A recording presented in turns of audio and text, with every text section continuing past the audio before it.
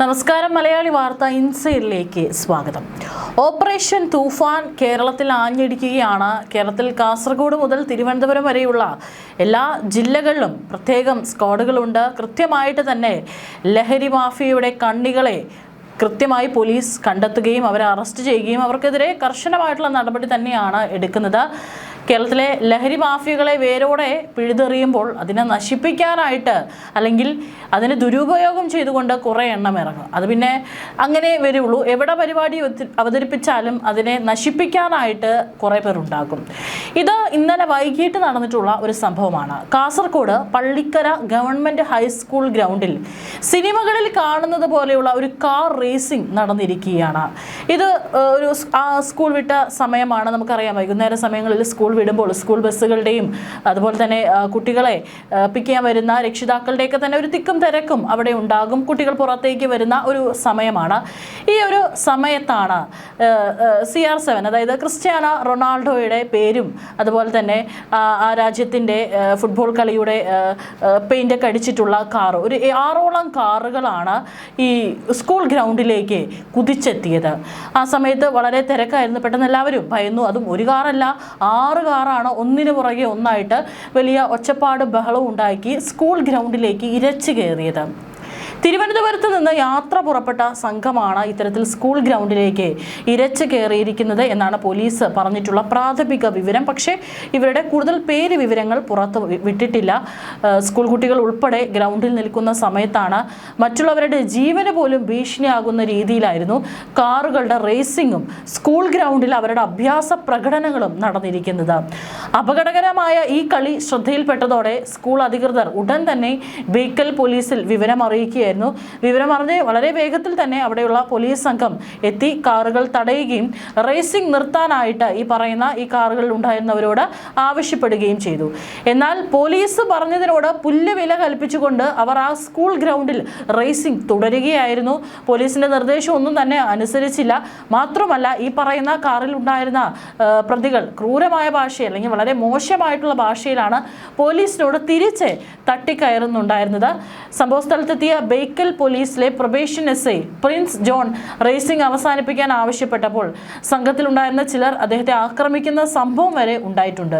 അതായത് പോലീസിന് നേരെ കയ്യേറ്റവും അവിടെ സംഭവിച്ചു. പരിക്കേറ്റ SIയെ ഉടൻ തന്നെ കാഞ്ഞങ്ങാട് ജില്ലാ ആശുപത്രിയിൽ പ്രവേശിപ്പിക്കുകയും ചെയ്തിട്ടുണ്ട്. ഈ പോലീസ് അവരോട് ഇത് നിർത്താനായിട്ട് ആവശ്യപ്പെടുമ്പോൾ അവർ തിരിച്ച് പോലീസിനോട് പറയുന്നുണ്ടായിരുന്നത്, ഓപ്പറേഷൻ തൂഫാൻ എന്ന പരിപാടിയുടെ ഭാഗമായുള്ള റേസിംഗ് ആണ് ഞങ്ങൾ ഇത് നടത്തുന്നത്. ഇതൊക്കെ ചോദിക്കുന്ന ഈ ആരാടാ എന്ന് ചോദിച്ചുകൊണ്ട് ആക്രോശിച്ചുകൊണ്ടാണ് പോലീസിന് നേരെ ഇവർ എടുത്തു ചാടുകയും ഈ പറയുന്ന SIക്ക് നേരെ ആക്രമണം ഉണ്ടാവുകയും ചെയ്തിരിക്കുന്നത്.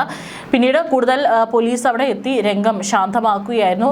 ഈ പറയുന്ന യുവാക്കളെ കാറിനുള്ളിൽ നിന്ന് അവരാദ്യം ഇറങ്ങാൻ കൂട്ടാക്കിയില്ല. പിന്നീട് അവരെ അതിനുള്ളിൽ നിന്ന് വലിച്ചഴിച്ച് പോലീസ് ജീപ്പിൽ കൊണ്ടുപോകുന്ന ദൃശ്യങ്ങളൊക്കെ തന്നെ പുറത്തു വരികയും ചെയ്തിട്ടുണ്ട്. റേസിംഗിനായി ഉപയോഗിച്ചിട്ടുള്ള 6 കാറുകളാണ് പോലീസ് കസ്റ്റഡിയിൽ എടുത്തിട്ടുള്ളത്. സംഭവത്തിൽ എത്ര പേർ അറസ്റ്റിലായി എന്നതുൾപ്പെടെയുള്ള കൃത്യമായ വിവരങ്ങളും പോലീസ് നിലവിൽ പുറത്തുവിട്ടിട്ടില്ല. അതായത് ഈ കാർ ഓടിച്ചിട്ടുള്ള യുവാക്കളല്ലാതെ കാറിനുള്ളിൽ മറ്റ് എത്രത്തോളം ആളുകൾ ഉണ്ടായിരുന്നു എന്നുള്ളതും പോലീസ് പുറത്തുവിട്ടിട്ടില്ല. മാത്രമല്ല, ഈ പറയുന്ന അറസ്റ്റിലായിട്ടുള്ള യുവാക്കളൊക്കെ തന്നെ ഏതെങ്കിലും തരത്തിലുള്ള ലഹരി ഉപയോഗിച്ചിട്ടുണ്ടായിരുന്നു.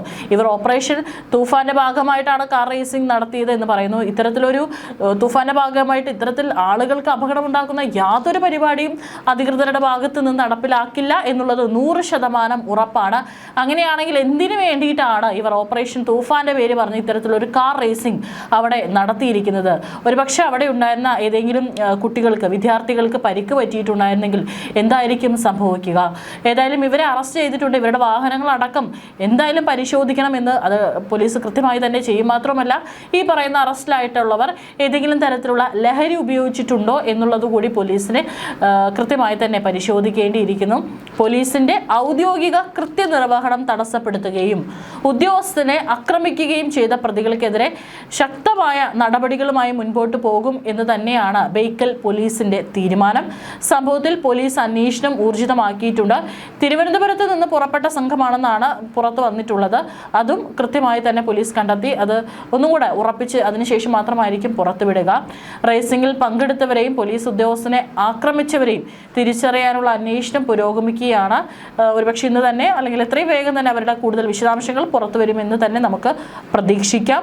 പൊതുസ്ഥലത്ത് അപകടകരമായ രീതിയിൽ വാഹനം ഓടിച്ച് ജനങ്ങളുടെ ജീവൻ അപകടത്തിലാക്കിയതിനും പോലീസ് കേസെടുക്കും.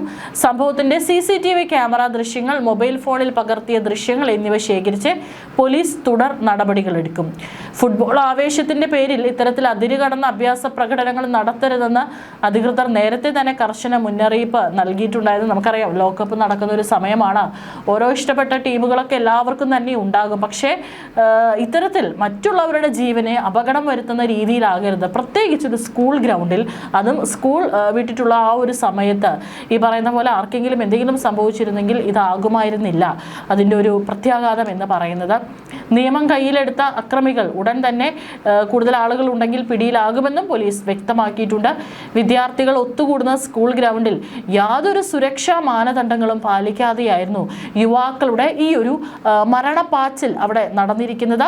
കൃത്യമായി നാട്ടുകാരുടെയും സ്കൂൾ അധികൃതരുടെയും പോലീസിന്റെയും സംയോജിതമായ ഇടപെടൽ കൊണ്ട് മാത്രമാണ് വലിയൊരു ദുരന്തം ഒഴിവായത്.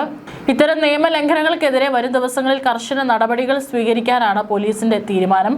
കൂടുതൽ പോലീസ് സന്നാഹം അവിടെ എത്തിയതുകൊണ്ടാണ് പ്രതികളെ അത് നിർത്താനായിട്ട് അവർക്ക് സാധിച്ചത്. ഒരുപക്ഷെ നാട്ടുകാരൊന്നും പോയി പറഞ്ഞു കഴിഞ്ഞാൽ അവർ നിർത്താനുള്ള സാധ്യതയില്ല. മാത്രമല്ല, സ്കൂൾ അധികൃതർ പറഞ്ഞാലും നിർത്താനുള്ള സാധ്യതയില്ല.